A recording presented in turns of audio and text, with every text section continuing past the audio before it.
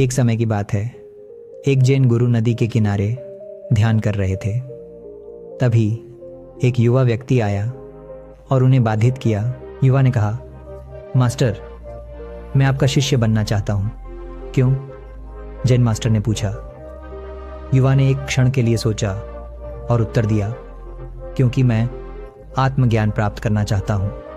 Jain master ने कुछ क्षण के लिए उस आदमी की ओर देखा, फिर वह बिना कुछ कहे उठे और नदी में अपनी कमर तक चले गए।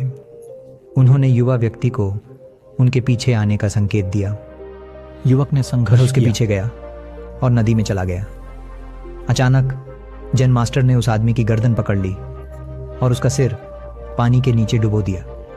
आदमी चौंक गया और सांस लेने के लिए पानी से बाहर निकलना चाहता था, किक करने और संघर्ष करने लगा।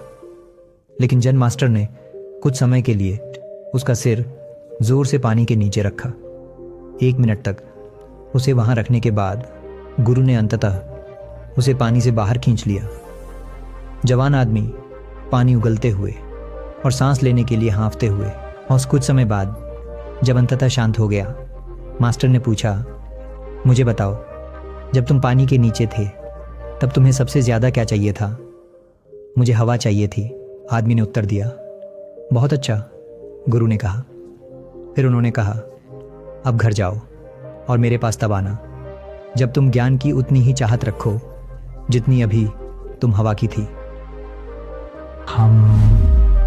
अगर हम अपने जीवन में देखें तो हमें पता चलेगा कि कई लोग अपने जीवन में लक्ष्य तय करते हैं, लेकिन उनमें से केवल कुछ ही अपने लक्ष्य को प्राप्त करने में सफल होते हैं।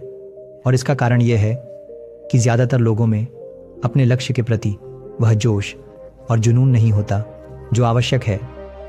उन्होंने कभी अपना जुनून खोजने की कोशिश नहीं की और वे किसी अन्य क्षेत्र में प्रयास कर रहे हैं जो उनकी रुचि का नहीं है।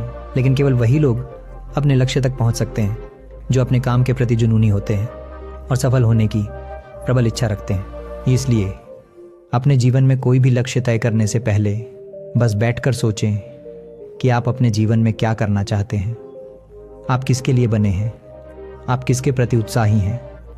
बस अपना कुछ समय अपनी प्रेरणा खोजने में लगाएं, और जब आपको यह मिल जाए तो आपके लक्ष्य को प्राप्त करने की प्रबल इच्छा होगी।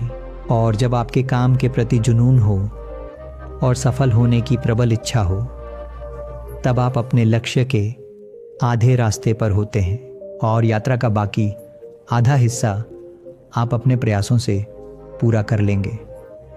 क्योंकि जहाँ लगन होती है वहीं प्रयास भी अपने आप आते हैं, और जहाँ लगन, मजबूत इच्छा और प्रयास होते हैं वहाँ सफलता सुनिश्चित होती है।